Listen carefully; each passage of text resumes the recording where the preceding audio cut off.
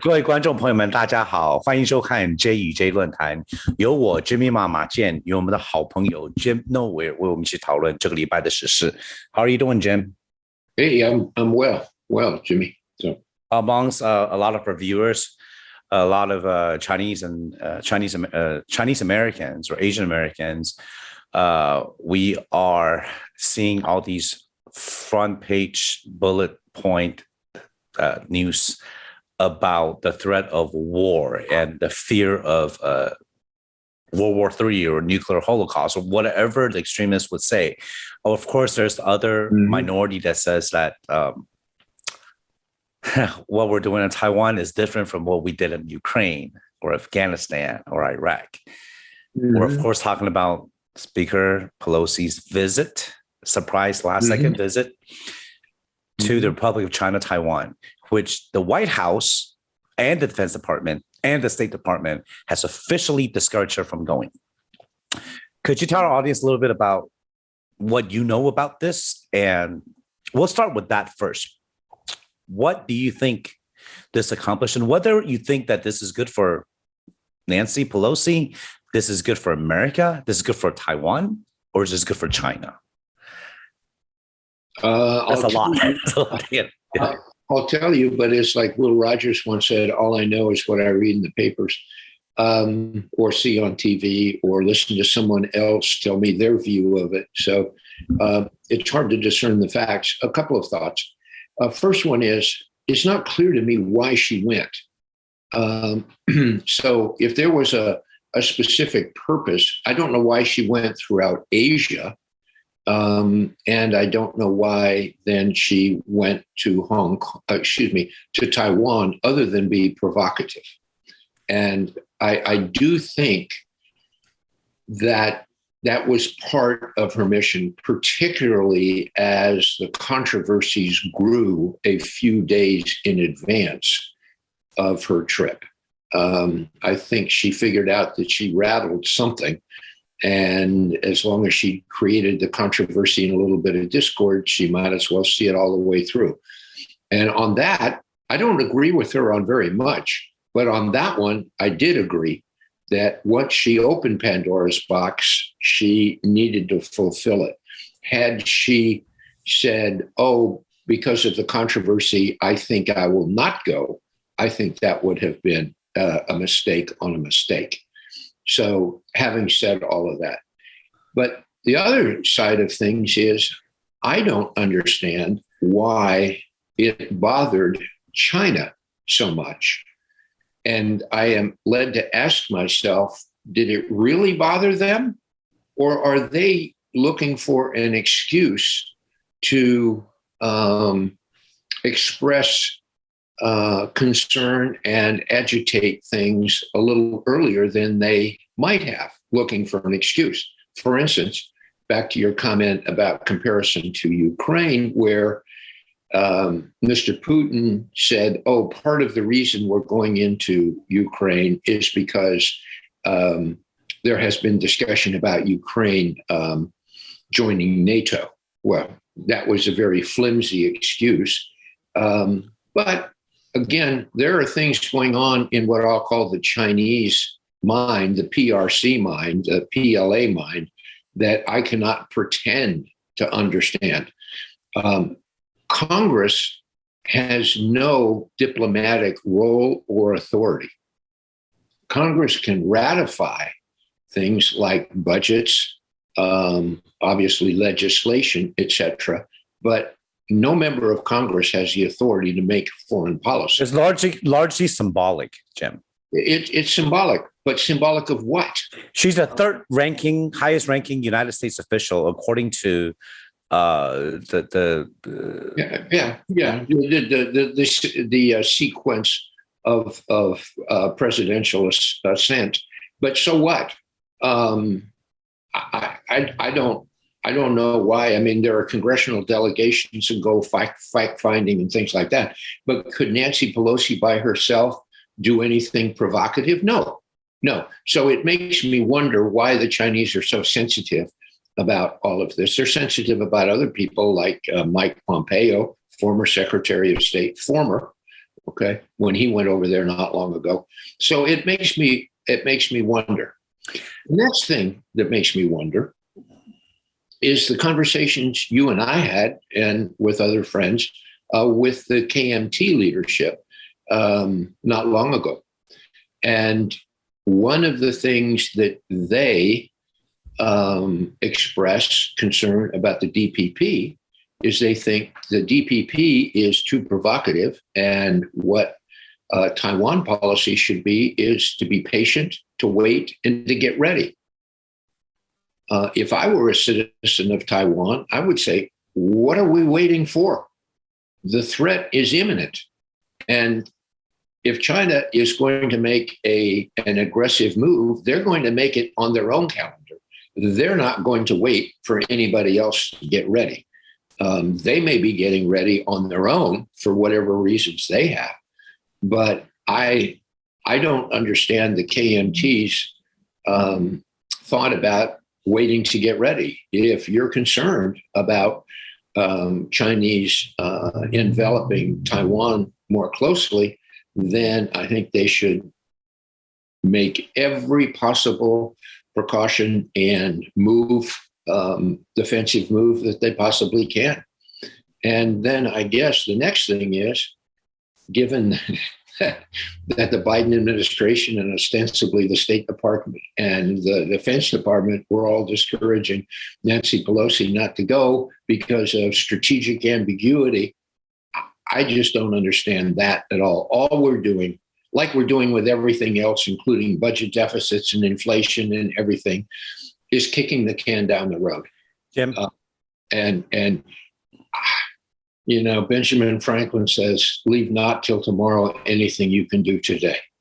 And I just don't understand why we don't face up to the major issues. And if we're going to confront China over this or anything else, we have to have our act together. But we're not, because if I would like to clarify, I would like to keep you updated on what happened.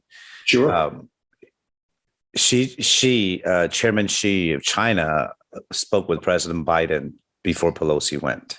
Mm-hmm. They must have had some kind of agreement, because she did go. Before she went, China's foreign ministry had very strong words, right? This is an internal issue, for whatever threats. Yeah. The fact is this, okay, this is of course my personal opinion and maybe some perspective of some of the observers. Right. We are. You want to use the word provoke, instigate, maybe not. But the fact is, we're going to do this. You're right. We have to be clear, and we really have to have actions, but we're not. The moment Nancy Pelosi left, China used this as an excuse to cross over the predetermined line from 1979 that the United States agreed to protect Taiwan. They crossed the line. They announced multiple military exercises. Yeah. They surrounded Taiwan. They flew their missiles and planes all over. This has not happened until now. Mm-hmm. And if Nancy Pelosi and the United States do practice what they preach, why are we allowing that to happen? Secondly, very importantly. Yeah, I was not aware of what you just... and then they also cut out a lot of trade agreements and trade deals. Let me be clear. Taiwan is right next to China.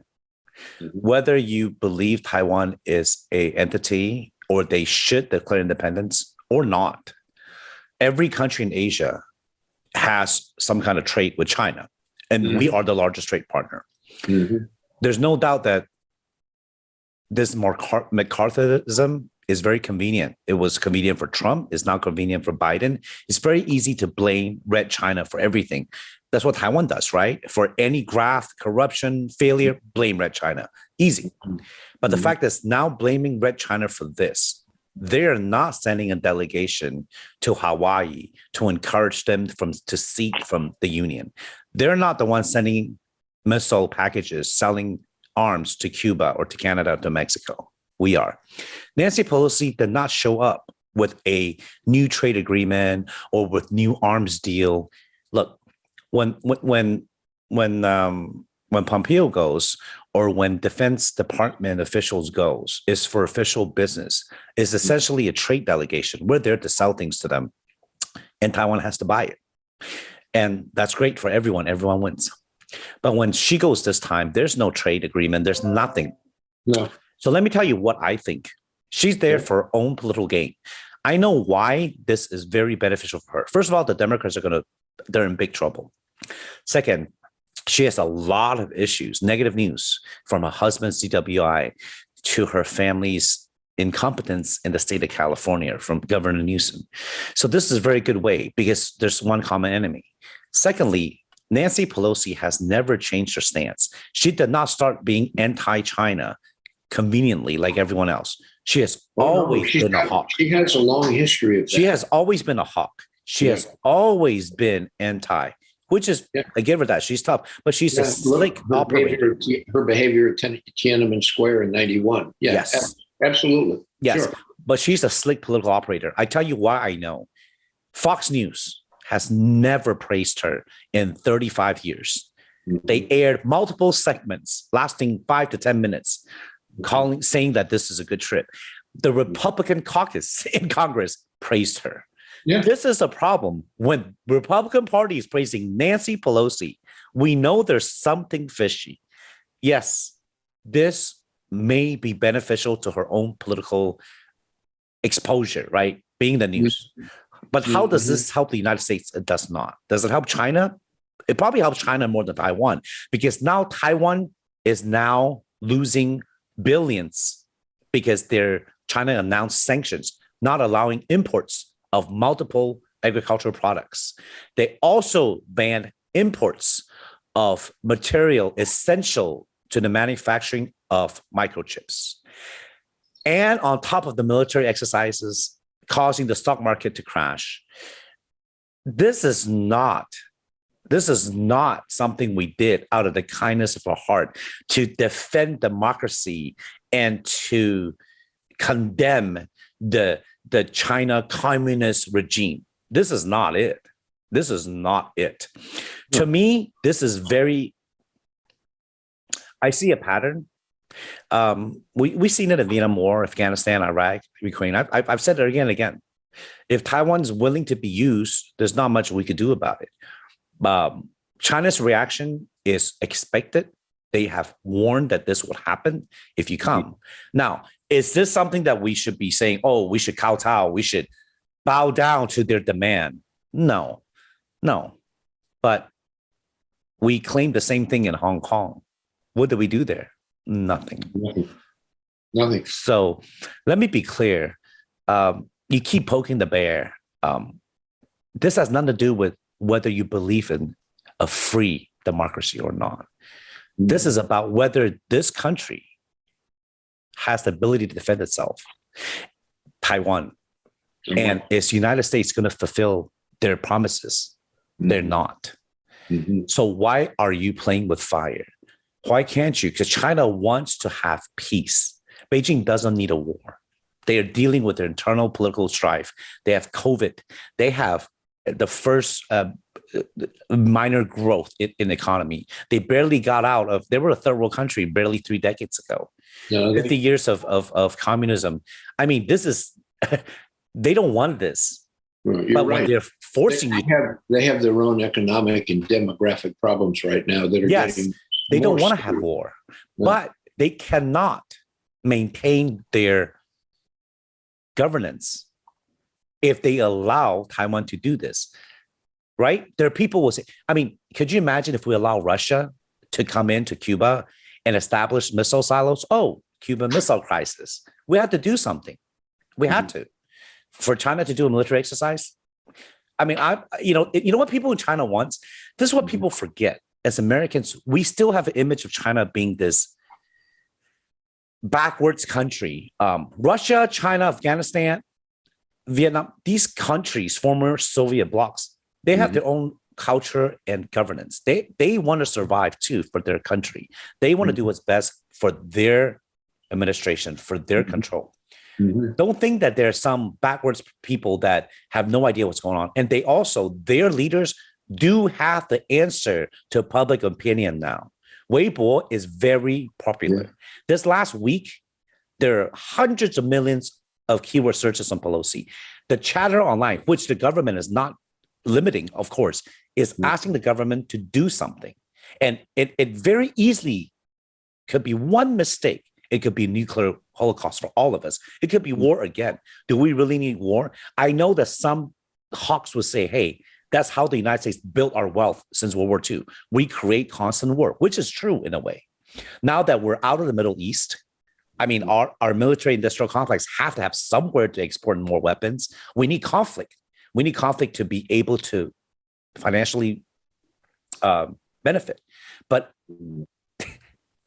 if Taiwan is willing to be used, that's fine. But how is this beneficial to us if we're not backing Taiwan up as we say we will? Because we're not.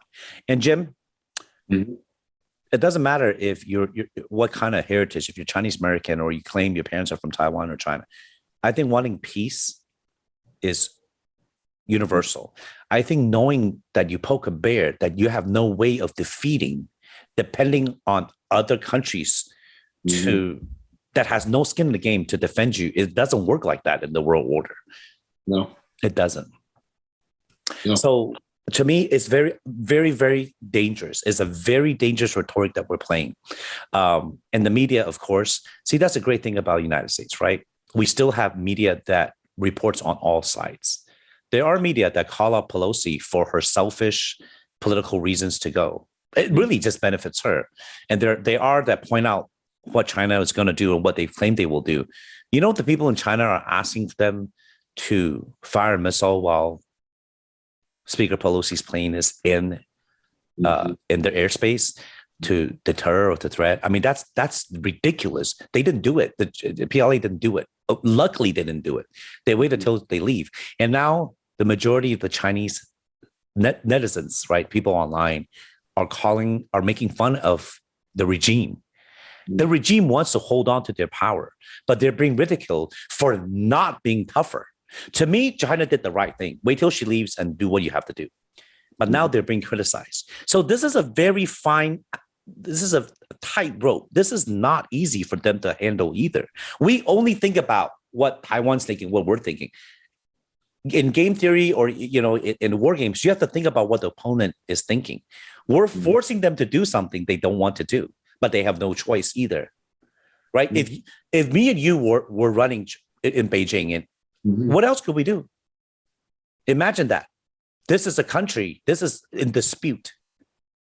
We have agreed, my government and the United States have agreed that we can maintain current status. We do not provoke, we do not change, we have peace.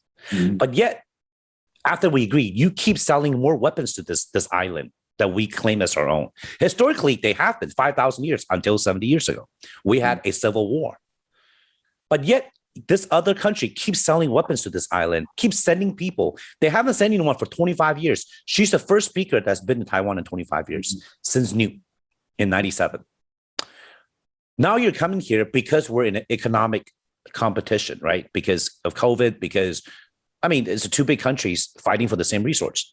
So suddenly it's convenient to create conflict in islands and countries within my border. China didn't come to Cuba or Hawaii or San Diego or Mexico or Canada. We did. Well, so my question is, does it really benefit us? They are. They're doing Belt and Road throughout the Caribbean. Belt and Road in Africa and they're doing activity in Southeast Asia, several parts of Latin America as well. So yes, they have. It is a threat. I do not disagree that China is a threat. May not yet be a military threat. They spend a lot now on military. I don't think they could really. No, in this hemisphere, but it's definitely an economic threat. It is. There's no doubt. But just like Russia was a threat before they collapsed 20 years ago, or Japan was a threat in the 80s until we basically bankrupt them by pulling the rug under them. So China is trying to avoid that. And China, India, Russia, they have their own little agreement, whatever it is. And every country is trying to balance the power and trying to do what they can. Right. But do we have to create war and bloodshed to achieve our goals, Jim? Do we have to do that? No, I happen to agree with your assessment, but I don't think it was Pelosi and her trip that elevated the stakes here. The Chinese could have said, okay, she's a member of Congress. She can go wherever she wants. She doesn't make foreign policy, and just let the air out of the controversy early on. What's the big deal? Do you think we could allow, say, somebody, a Nazi war criminal, come to the United States, for example, and say they could go wherever they want, right? No, you're coming to my border in my control. You're challenging my regime, my control. It doesn't work like that, because we agreed with them through the Mutual Defense Act, the Taiwan and United States Mutual Defense. We agreed that this is what's going to happen. There's going to be one China. We admitted there's only one China. We should have never allowed China into United Nations. We should have never kicked Taiwan, Republic of China out. But it benefited United States at that time, because we want to get in that big market. Now it's no longer beneficial to us. So at convenience, we decide to create conflict and say there's two. So we're renegading on our words. Look, Jim, I'm very, it's been a whole week of this kind of stress. So I'm going to be fully open about this, why I am this worried. I have family members in Taipei. I know you do. Mm-hmm. There hasn't been war in Taiwan in 70 years. I mean, World War II, you know? Mm-hmm. Mm-hmm. But you understand my concern. Sure. I mean, 2.5 years of this COVID lockdown. I mean, when Taiwan, and also very, very importantly, Jim, I hope you understand this. If China wants to destroy Taiwan, they don't need to have all-out invasion or war. What they're doing now is already bankrupting Taiwan. Taiwan's GDP is dropping for 20 years nonstop. China is the biggest trade partner, importer of Taiwanese goods. They're also the largest suppliers of Taiwan's imports that helps their microchip. Taiwan needs China. China doesn't need Taiwan. Even if they were two different countries economically, every country in US uses China for something. I mean, in Asia uses China, whether it's trade or travel. I mean, it's beneficial to work with them. Mm-hmm. Why is Taiwan doing this? Because they have no defense capabilities. Economically, they're being ruined. Mm-hmm. Why are they doing this? Just to say that, hey, we're a democracy? We know they are. The Taiwan Republic have this own military. They have their own government. It's been like this. But the agreement was to not provoke, to not change the status quo.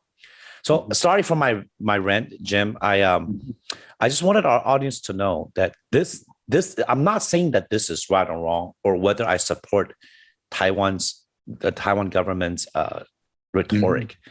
I'm just saying that there are other ways to support Taiwan. If you really want to support Taiwan. Sure. I fully acknowledge there's lots of other ways to support Taiwan. This is just for show. Well, including trade. We're not doing that. We could be doing a whole lot more. Sell more weapons to them. Allow Taiwan to buy more advanced weapons. Well, to have a real chance. Maybe that's that. Maybe what we should be doing is encouraging Taiwanese manufacturers to set up more shop. They're doing some of it in the U.S. under our proper borders. But that doesn't work because our labor cost is too high. They can't survive. A business is about profit, about the balance sheet. There's not enough qualified engineers here. This is something I studied. They can't do it. They can't do it. I have a hard time believing. Oh, it's absolutely true. If you go to our schools now, you'll see nobody wants to be an engineer or computer science. A lot of them are Asian American students, Asian students that go back to China or Japan or Korea when they're done. It's sad. And Taiwan is a very highly educated country. Yeah, okay. It is.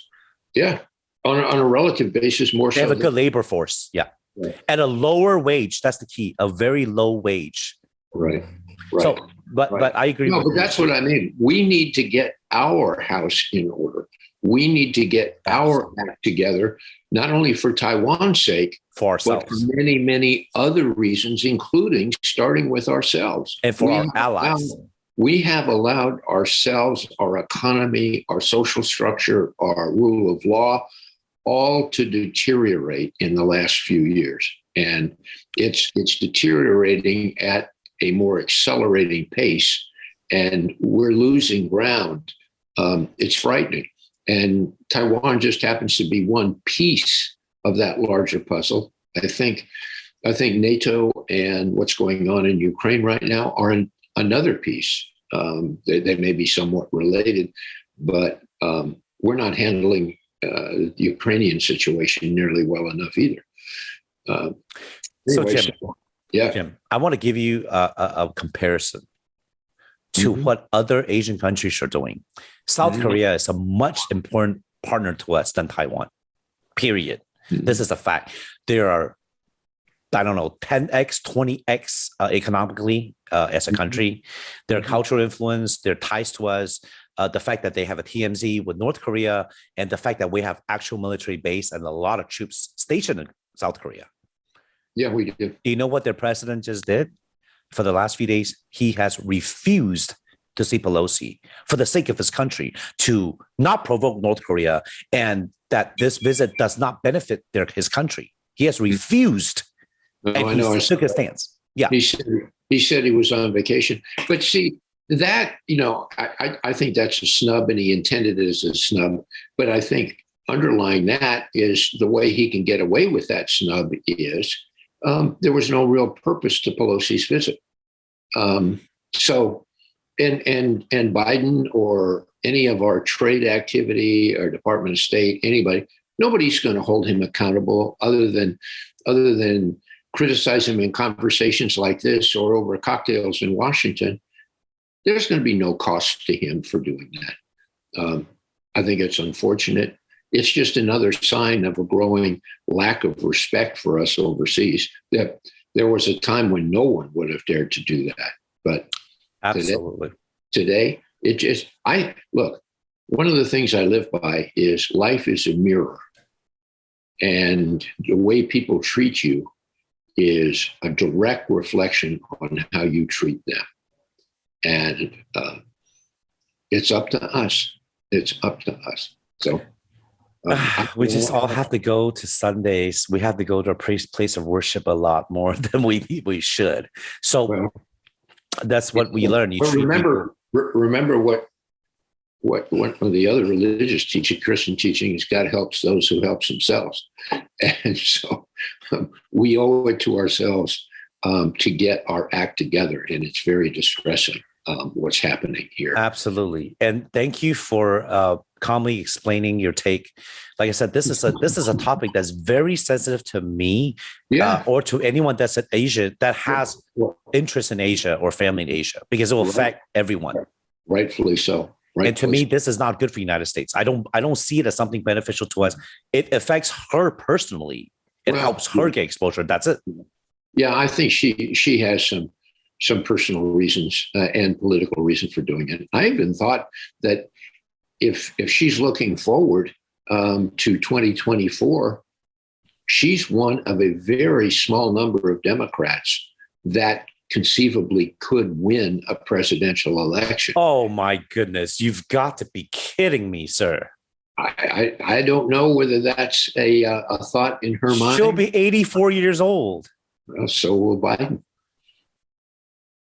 I don't think Biden's, you know what, we'll save that for another episode. Okay. Let me put it that way. President Biden, let's see how we could, that's very surprising. Good Lord, I hope that's not. Let your mind wander when you're looking for reasons or for a rationale. I couldn't find any rationale for her trip. So I just came up with that wild guess. No, it could be. You're absolutely right. Is to enable her to be in the spotlight, or to remain in power, or to benefit her political dynasty out in California, whatever it is. But you know, it's funny. The side note: San Bernardino County in California is threatening to secede from the state of California because they don't agree with where the state is going. Imagine if every county or every town, every city decides that what the state is doing is different. This is a very dangerous precedent, but this is what extremism does either way. There have been discussions like that for as long as I can remember. It's crazy, right? It's now this in the news. There are people in Oregon that want to bifurcate Oregon and have the eastern part join Idaho. You know, I mean, you can just keep going through this. So anyway, next week, Jimmy, let's talk about Asian hate crimes. Yes, please. There's some new, interesting research that's coming up about that. Yes, there is. And, you know, we kind of forget, but it's continuous, especially in high density cities. It's less in Texas because everyone drives everywhere. There's not a lot of chance for confrontation, even though there is still going on here. Thank you for bringing it up. We will definitely look forward to that topic next week. I hope you have a safe and healthy week. Stay cold. Thank you. Stay out the heat. And thank you guys for tuning in. And we look forward to talking to Jim again next week. And we may have more information in hindsight about Miss Pelosi's trip. We shall see. Okay. Thank you, Jimmy. Take care. Bye-bye. Bye-bye.